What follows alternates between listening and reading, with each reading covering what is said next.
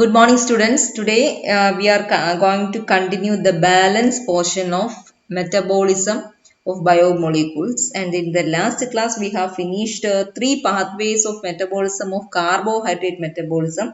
That is glycogenesis, then glyconeogenesis, and glycogenolysis. Today, we are going to see one important metabolic pathway of carbohydrate, that is glycolysis, is very important. Okay, then we are going to see what is glycolysis actually. Glycolysis means it is the breaking down of glucose or glycogen to pyruvate or lactic acid. Then what is its purpose? By breaking down of glucose molecule, some energy-rich molecule can be released. That energy-rich molecule is actually giving energy for the bodily functions. That energy-rich molecules are NAD, ATP, FAD, like that. That is the main function of undergoing all these metabolic pathway.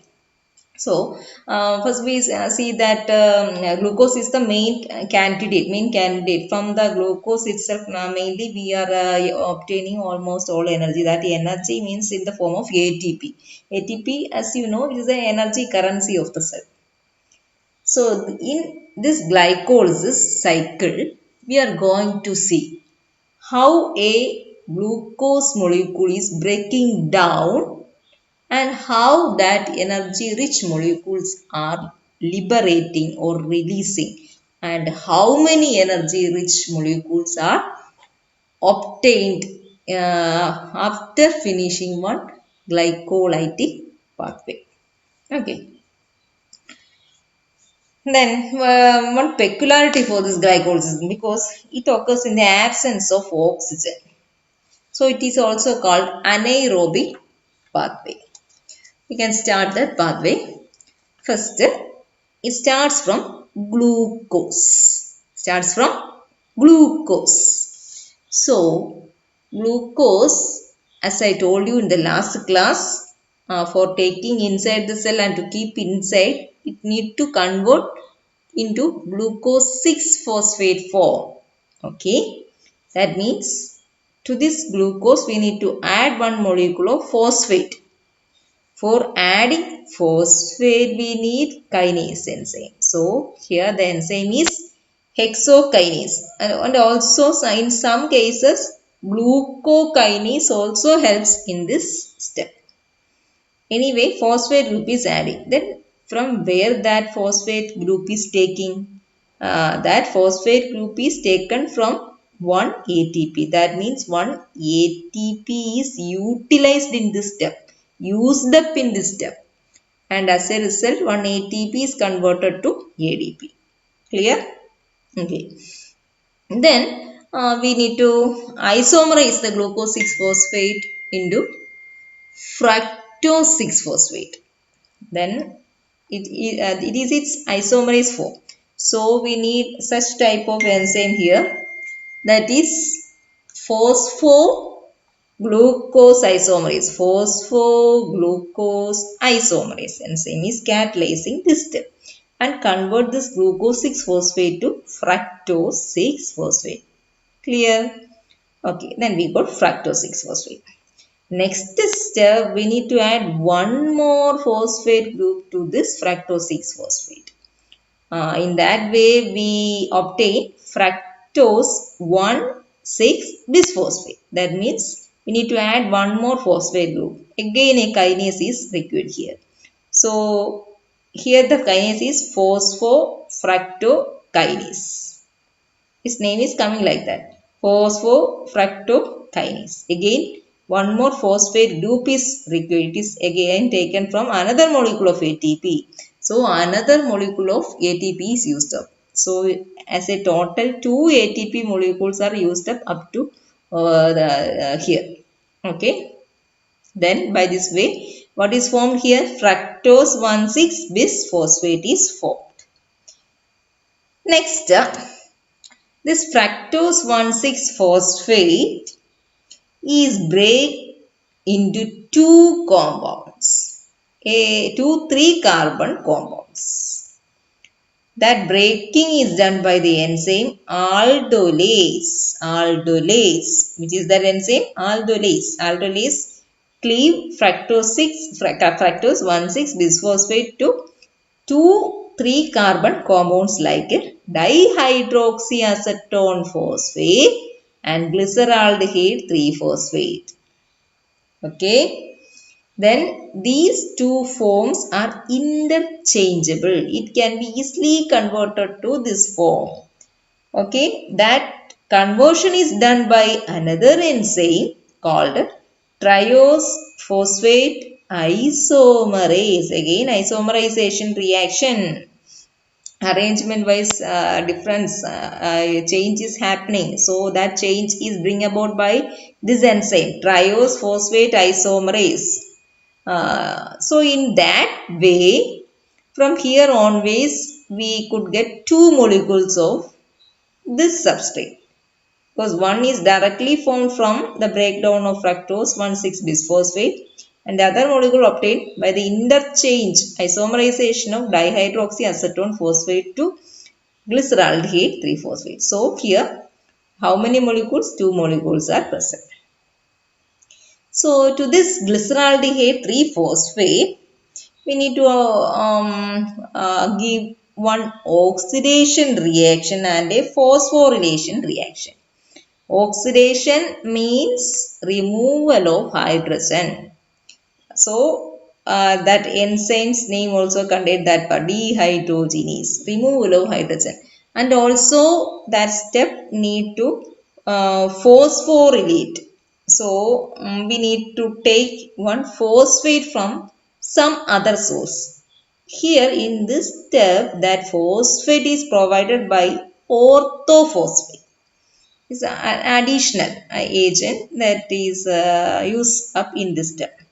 So we are going to see the conversion of glyceraldehyde 3-phosphate to 1,3-bisphosphoglycerate. Again, it also form in two molecules, because two glyceraldehyde 3-phosphate is getting converted to two molecules of 1,3-bisphosphoglycerate. Understand? Is it clear?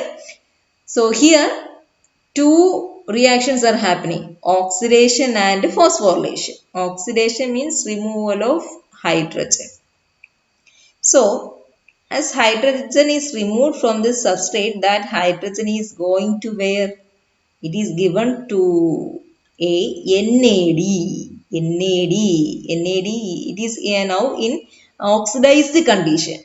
Here for this NAD, the hydrogen taken up from here is given, and in that way that NAD become NADH, the reduced form. That reduced form is an energy rich form. So two more energy rich molecule is produced here. Okay. Then that phosphorylation means addition of that phosphate is done with the help of orthophosphate. It is not given here. It is understood. Orthophosphate. From orthophosphate, that phosphate group is coming. In that way, glyceraldehyde 3-phosphate becomes 1,3-bisphosphoglycerate. Along with this step, two molecule of NADH also formed. Okay. Next, here that orthophosphate also given here. Two orthophosphate molecules are taken for phosphorylating two molecules of glyceraldehyde. And as a result, two NADH and two H plus. One H only is taken up by this NADH. One H is balanced there from two molecule of glyceraldehyde 3-phosphate. So came 2H plus. These molecules, all these things will liberated as a result of this step. I think it is clear to you. If anybody have any doubt for them, and once more repeating that step. Glyceraldehyde 3-phosphate undergoes oxidation and phosphorylation with the help of enzyme glyceraldehyde 3-phosphate dehydrogenase to form 1,3-bisphosphoglycerate. In this step, 2 molecules of NADH is produced. Only that much you need to explain. Then 1,3-bisphosphoglycerate. What is happening? From this 1,3-bisphosphoglycerate, from the first position, we are removing one phosphate group and adding that phosphate group to one ADP. As here present 2 molecules, we are adding uh, 1 molecule of phosphate each from 2 molecules of bisphosphoglycerate and giving it to 2 molecules of ADP. In that way generate 2 ATP. So here we are synthesis liberating generated 2 ATP molecules, energy rich molecule. As a result, what is formed here? 3-phosphoglycerate. Again 2 molecules of 3-phosphoglycerate. How it becomes 3-phosphoglycerate? Because one of its phosphate group is removed and added to ADP to convert it to ATP. Next, what is happening? This 3-phosphoglycerate, from this 3-phosphoglycerate, one molecule of water is removed. Sorry. Before that, one more step is there. 3-phosphoglycerate is of 2 molecules. Again, we need to give isomerization to change the position of that functional group to the second position. In that way, 3-phosphoglycerate become 2-phosphoglycerate with the help of another mutase enzyme, phosphoglycerate mutase. Okay. Then 2-phosphoglycerate. From this 2-phosphoglycerate, one molecule of water is removed with the help of enzyme enolase. As a result, what is formed? Phosphoenol pyruvate. Phosphoenol pyruvate is formed. Here we are going almost near to the end of the cycle. The phosphoenol pyruvate, what is going on next happening to that molecule? Again, a phosphate group is removed from phosphoenol pyruvate with the help of pyruvate kinase and add that phosphate group to another ATP for the generation of, another molecule of ADP for the generation of one molecule of ATP. Since 2 molecules are present here, so 2 ADP is converted to 2 ATP. And as a result, 2 molecules of pyruvate are formed here. This is the end product. And this pyruvate has so many phases that we will see later. Up to here, you need to write when there is question regarding glycolysis. Up to here, you have to explain. Okay, as a whole in this glycolysis step, in the beginning portion 2 ATPs are utilized and towards the last end how many ATPs are synthesized? Here 2 ATP and here again 2 ATP. Total 4 ATPs are synthesized. But since we used up 2 ATP in the beginning of this cycle, the net ATP synthesis in this cycle is only 2. Next, we want to know what is the fate of that pyruvate. If the condition then exists as aerobic, then the pyruvate will enter citric acid cycle, another aerobic cycle. Or it is used for in lipogenesis for the synthesis of lipid. And if the condition is anaerobic, the condition again continues as anaerobic, what's the fate of that pyruvate? That pyruvate get converted to lactate with the help of the enzyme lactate dehydrogenase. Then that lactate again enters in the which cycle? Gluconeogenesis, as a synthesis of glucose from non-carbohydrate substrate. Okay. Then we need to understand the energetics of glycolysis. As I told you, in the one glycolytic pathway, in the first portion, 2 ATP molecules are used up. And as a total, in the glycolytic cycle, 4 ATP molecules are synthesized. But we didn't consider it as a gain of 4 ATP. Why? Because in the beginning step 2 ATP we are used up. So among this 4 ATP, 2 ATPs are considered for replenishing that utilized 2 ATP molecules. So the net gain is only 2 ATP molecules. Okay. Then we need to understand the efficiency, how much that energy waste, what is the efficiency of glycolytic cycle. Let us assume that if that ATP synthesis is not occurring, ATP synthesis means that 4 ATP molecules are synthesizing, net gain is 2 ATP. That ATP synthesis is not occurring during the conversion of one glucose molecule to pyruvate or lactate. Then what will be the effect? Before that, we need to understand what is the energy requirement for converting 2 ADP to 2 ATP. Okay, why we need to know that amount of energy? Because we know in the one glycolytic pathway the net ATP synthesis is 2. So we need to think about the energy requirement for the conversion of 2 ADP to 2 ATP. That free energy change is 61 kilojoule per mole. Okay. So next situation that we are assuming that same cycle, that is one glucose molecule is converting to pyruvate or lactate up to there. Uh, if that process goes on without synthesis of any ATP, then what would be the free energy change? Means energy expenditure. In that situation, the expenditure, the free energy change is 184.5 kilojoule of energy. There is no ATP synthesis. Clear? That is the hypothetical situation. So we are assuming that. So here actually 2 ATP is synthesizing. For the synthesis of 2 ATP, we know what's the energy requirement? 61 kilojoule, as I already told you. So we are going to find out the efficiency of the glycolytic pathway. How we can find that efficiency?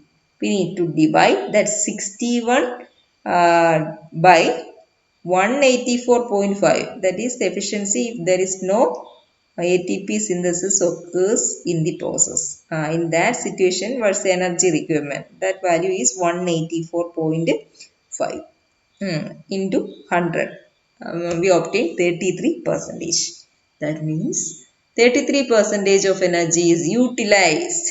It become useful in the form of ATP. The remaining 67 percentage is dissipated as heat. Okay, only this much. 33 percentage is utilized by the organism. 67 percentage is dissipated as heat by the organs. That's the thing. That's the energetics of glycolysis. Next, alcoholic fermentation. That also we need to understand. Alcoholic fermentation means it actually occurs in yeast and other microorganisms. Yeast and other microorganisms, alcoholic fermentation is happening. What is the process? Pyruvate is formed as a result of glycolysis. Then this pyruvate is converted to acetaldehyde with the help of another enzyme. What is the enzyme? Pyruvate decarboxylase means from the pyruvate, one molecule of carbon dioxide is liberated. As a result, this product is forming. What product? Acetaldehyde. Then in the next step, this acetaldehyde is converted to ethanol. Acetaldehyde is converted to ethanol with the help of another enzyme, alcohol dehydrogenase. And in that step, we use the one NADH and form NAD plus. And this NAD plus, where is it going? It is going again to glycolysis. In the glycolysis, we need one NAD for converting to NADH. So here that NAD is used up for that purpose. Okay. And in that way, yeast and other microorganism pyruvate is finally converted to ethanol. This portion is the alcoholic fermentation of pyruvate. This part. Okay. That fermentation NAD plus is forming. That is used up in glycolysis. Okay. Then we need to know what is the biological significance of glycolysis. Because the main significance is it generates ATP. That's the main significance. And also it creates so many precursors for the biosynthetic pathways. For example, acetyl-CoA. Acetyl-CoA is actually synthesized from pyruvate. That acetyl-CoA is the starting product for substrate for citric acid cycle and that aerobic pathway. So in that way it create precursors for many biosynthetic pathway, and also it is a energy releasing pathway. It's an exergonic pathway, energy releasing pathway, and also ATP also is forming. These are the biological significance of glycolysis. Next is Krebs cycle. Krebs cycle is otherwise called citric acid cycle or TCA cycle. TCA cycle. So first we need to understand about Krebs cycle. In Krebs cycle, it is also a energy releasing. As a result of this cycle also, we are getting so many energy rich molecule which it can produce, which it can liberate, which it can donate the energy rich molecule ATP. So that's the purpose. Krebs cycle also can release so much of energy for our bodily functions. Here actually the pyruvate that is obtained as a result of glycolysis. That pyruvate is oxidizing to produce carbon dioxide, water and ATP. That is the main fundamental process that is happening for that pyruvate that obtained as a result of glycolysis.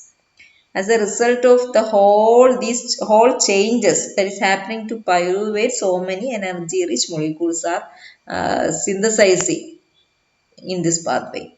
So where this Krebs cycle is actually taking place? In prokaryotes it is actually occurs in cytosol, but in the case of eukaryotes it occurs in mitochondria. Then this TCA cycle, what is its expansion? TCA means tricarboxylic acid cycle.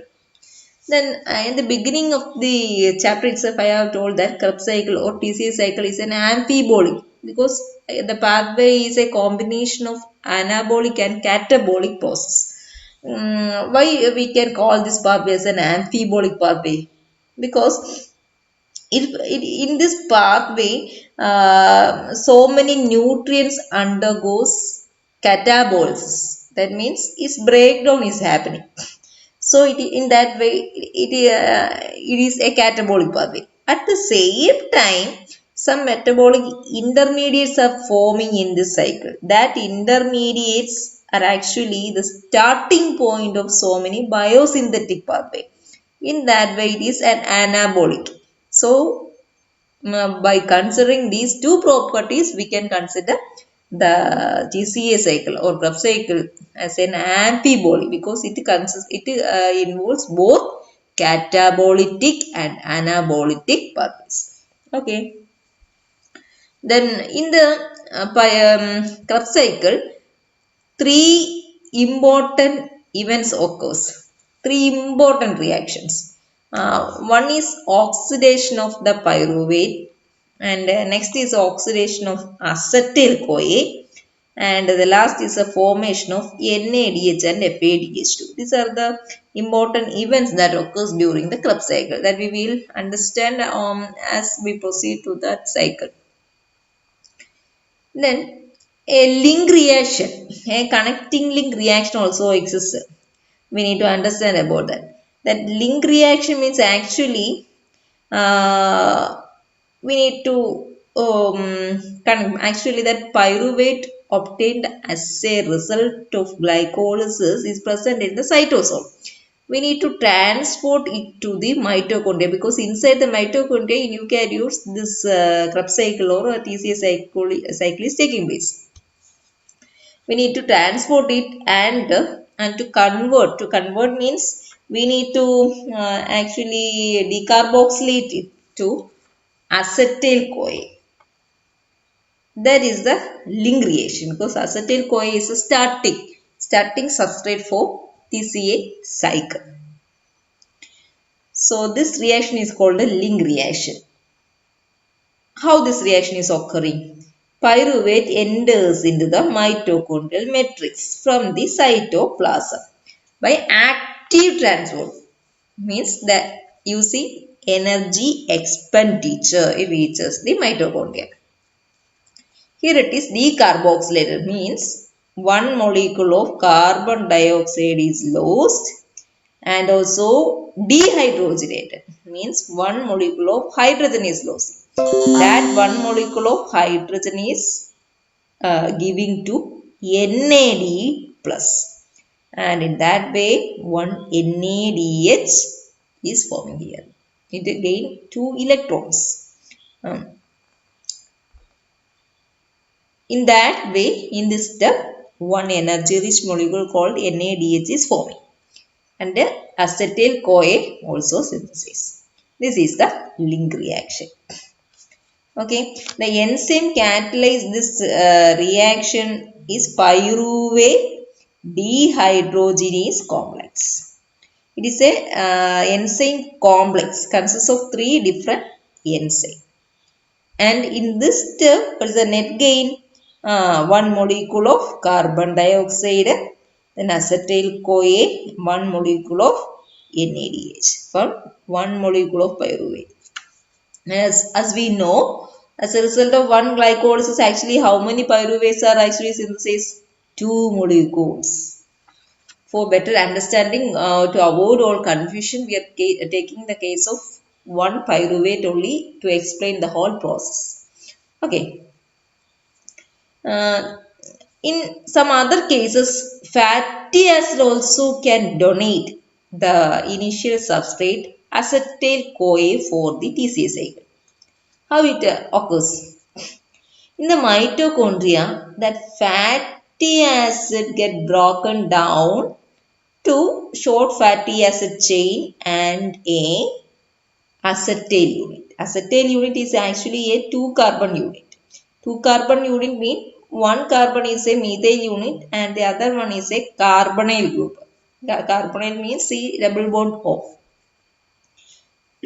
In that way, acetyl CoA can also be obtained from fatty acid. Only this much, fatty acid also can donate the initial substrate for starting the TCA cycle. Next, we are going to enter the third portion of the Krebs cycle or TCA cycle. We got that acetyl CoA. Okay. This acetyl CoA first reaction is a condensation reaction, means a combination process. Combination process of acetyl CoA with what? With an oxaloacetate, another compound. This oxaloacetate is actually a 4 carbon compound and this acetyl CoA, as we know, it is a 2 carbon. Then 4 plus 2 how much? 6 carbon. A 6 carbon compound called citrate is forming here. So as a result of acetyl CoA's condensation with oxaloacetate, what is forming here? A 6 carbon compound called citrate. And we must know what enzyme help that process. Which is the enzyme? Citrate is synthesized here. So the enzyme is citrate synthase. It's easy to remember. A citrate is synthesized here. What's the enzyme playing here? Help that reaction? It is citrate synthase. This citrate is a 6 carbon. So then we need to convert the citrate to isocitrate. It is actually a two-step process catalyzed by same enzyme aconitase. The that intermediate step is not given in this picture. Anyway, I am telling you, just listen to that. The citrate, the 6 carbon, where 6 carbon citrate is first isomerized to cis aconitase. That is the intermediate step that is not given here. Cis aconitase by this aconitase enzyme. Then this cis aconitase again isomerized by the same enzyme to this this isocitrate form. Again, it is a 6 carbon compound. Then that important reaction is going to happen. Two oxidative decarboxylation reaction are present in TCA cycle. Among that two oxidative decarboxylation reaction, first oxidative decarboxylation reaction is going to happen this isocitrate. Listen to that process. Oxidative decarboxylation. Oxidative means removal of hydrogen or taking of electrons. And decarboxylation means removal of carbon dioxide. That two reactions should occur with a response to this substrate. First, we need to understand about that oxidation. Oxidation means removal of electrons and also H plus. That electrons actually given to again one more NAD. NAD become NADH and one H plus. That is the oxidation. And the decarboxylation. So one molecule of carbon dioxide is liberated. Then we should know what's the enzyme helping that process. Because here it is isocitrate. So isocitrate dehydrogenase, because that process itself oxidative decarboxylation. Then that enzyme helping in that process is reaction is isocitrate dehydrogenase. And as a result of that process, what is forming here? Alpha ketoglutarate. Alpha ketoglutarate is a 5 carbon compound. How it become 5 carbon? Here we know that isocitrate is a 6 carbon. As one carbon is removed from isocitrate because of the liberation of one molecule of carbon dioxide, it becomes 5 carbon. Then the next oxidative decarboxylation is happening to this alpha ketoglutarate. Oxidative decarboxylation, as we know, here also one H plus is removing and also one carbon dioxide is removing. That H plus is given to another energy rich molecule. H plus is given for the generation of another energy rich molecule NADH, and also liberation of one molecule of carbon dioxide. And as a result, again one carbon is losing from alpha ketoglutarate. Then form a 4 carbon substrate called succinyl CoA. And this step again that enzyme is alpha ketoglutarate dehydrogenase. It's a enzyme complex. Okay. Then here form the succinyl CoA. Then this 4 carbon succinyl CoA, what is happening to this succinyl CoA? Need to remove this coenzyme part by breaking that bond. The breaking of that bond release enormous amount of energy. That energy is used up for the formation of another energy rich molecule called GTP.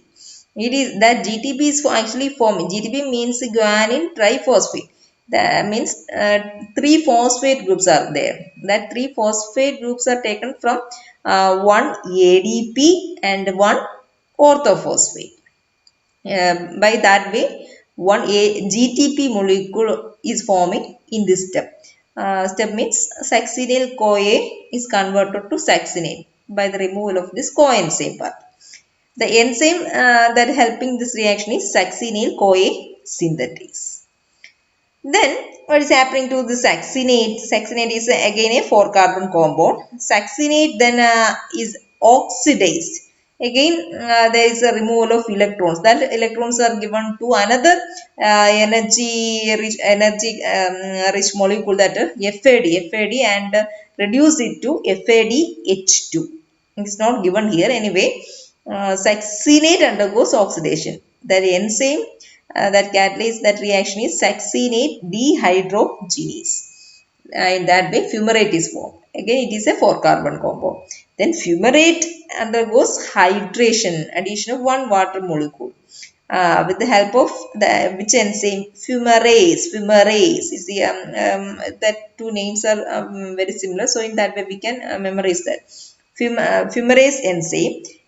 The fumarate is converted to malate. Malate then undergoes next round of oxidation with the help of enzyme malate dehydrogenase. Again, electrons and hydrogen are losing, and another energy-rich molecule is formed here, that is NADH. 1H plus also liberated here. And as a result, what is forming as a result of this oxidation from malate? Again, oxaloacetate is forming. In that way, in this Krebs cycle, its beginning substrate is again replenished by its own. Such type of cycles are otherwise called, there is a term, anaplerosis, because its substrate, its intermediate substrates are created in the course of the cycle itself. That's about Krebs cycle. So as a whole, as we look through this cycle, we can see that 3 molecules of carbon dioxide is forming here. One carbon dioxide, one another carbon dioxide, and another 3 carbon dioxide. And 4 molecules of NADH. One NADH, another NADH, another NADH, another 4 NADH are forming. One FADH2 is forming here, and one GTP. These are the energy-rich molecules. All these are energy-packed molecules. These energy-packed molecules are liberated as a result of this Krebs cycle. Okay, then we need to go and analyze what is the energy outcome in terms of ATP with respect to this perspectives. Okay, we can go and see that. From 1 NADH, 2.5 ATP is available. From 1 FADH to 1.5 ATP is obtainable. So here it is a cycle 4 NADH is totally producing. From 4 NADH, 4 into 2.5 is equal to 10 ATP is available. Then 1 FADH to 1.5 ATP. Then from 1 GTP, 1 ATP is obtainable. So total 12.5 ATP. But using one molecule as we start from glycolysis, from one glucose, 2 pyruvates are actually forming. As a result, 2 pyruvates are entering in the TCA cycle. So all together, we need to multiply with 2 into 12.5, totally 25 ATP from 2 molecules of pyruvate. After finishing up to TCA cycle, 25 ATPs can be obtained. Then in the glycolysis, apart from this, in the glycolysis, 2 ATPs is obtainable, and also 2 ADP also is producing in the glycolysis apart from this process. So we need to add these also along to these values. Total 2 plus 2 into 2.5 gives how much? 2 into 2.5. Total it becomes 7 ATP. 2 plus 2 into 2.5. 2 into 2.5, how came? 2, this 2, 2.5 means from 1 NADH 2.5 ATP. From 2 NADH it becomes 2.5. So 2 into 2.5. 2 into 2.5 plus 2 gives 7 ATP. So altogether, after glycolysis and TCA cycle, net gain of ATP is 25 plus 7 is equal to 32 ATP. Okay. And what's the significance of citric acid cycle? It's a generate energy, and also it's an ambibolic. It's a it is a combination of catabolic and anabolic pathway, and also it is an anaplerosis. Anaplerosis means for maintaining the TCA cycle, the cycle itself replenish its the intermediate of the cycle, mainly oxaloacetate. Oxaloacetate is actually replenished from malate, and also from pyruvate also oxaloacetate is forming. So in that way, such type of cycle is called a anaplerosis cycle. With this we finish today's class. Thank you.